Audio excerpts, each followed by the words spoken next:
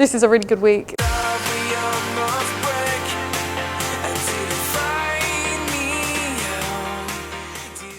Some people like to call it your highest version of yourself. Some people like to call it your highest self. I like to call it the best version of yourself. There we go, we're all clear. The best version of yourself is the one that is the rawest self, but is vulnerable enough to shine outside.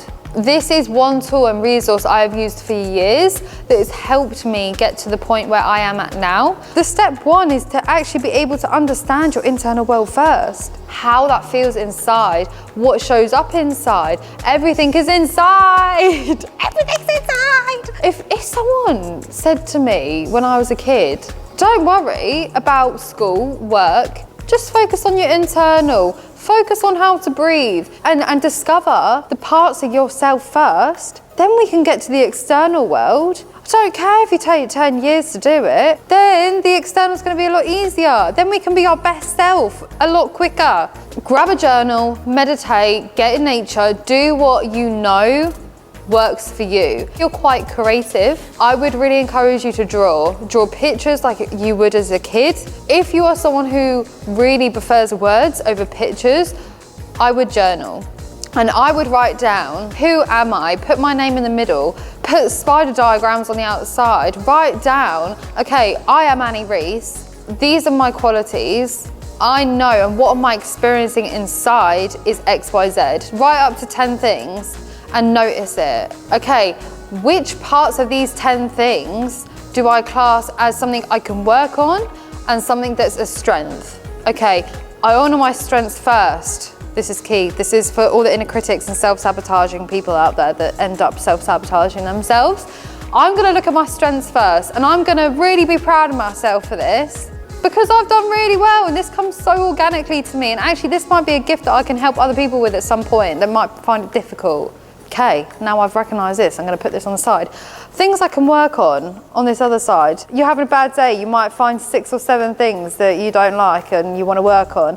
That's great. If anything, that's a positive because you've noticed and you've seen what you wanna work on to become your best self. Let's back it up with changing the state of your internal world and looking at the parts of yourself internally to meet the person that you want to become, to then reflect to the external world to help others. The external world is going to be a lot easier once you've mastered the internal world. What is it that's making you feel this certain way? Where are the sensations? How is it showing up? It might be you've noticed and you've drawn the social anxiety part of you. What does that look like?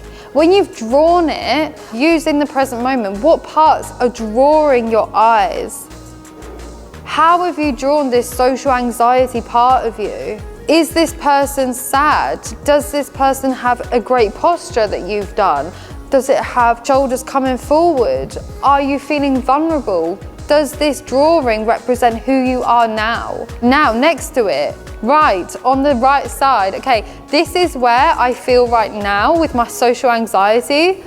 On the right-hand side, I'm gonna draw the version of myself without this social anxiety that is a social butterfly and is ready to fly with the wings up into the air. This is who I'm gonna draw. I'm just visualizing now me with wings like this. And off I float. And I'm floating away to the point where anxiety is no such thing anymore and I'm in the air. Can any of you tell I'm an air sign? I just love being in the air. And knowing that you have done everything you can to become your best self, that is what I class as your highest version of yourself. The one that is capable and worthy and vulnerable enough to step into the unknown of what is yet to come, in alignment to what your values and your needs are. Let's come back to the strengths that you had. This strength or these strengths that you have, how can you work this that feels good inside first? When, for example, I have acknowledged this part of my strength of I really like talking to people, I love it. What can I do to feel this strength to make me feel great? I'm gonna talk to people.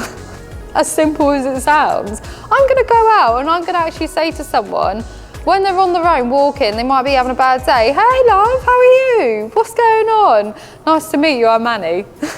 Do you know about my Reese's Pieces of Information on YouTube? Go ahead and see what it's like, I'll help you out. But what you don't see in that moment, in that example, is you have filled your own cup up by going, hey love, how are you doing today? I like talking, so I'm going to talk to you regardless. You've acknowledged that person. That person might not feel seen that day. That person might be having such a bad day that they just don't feel any kind of joy, happiness.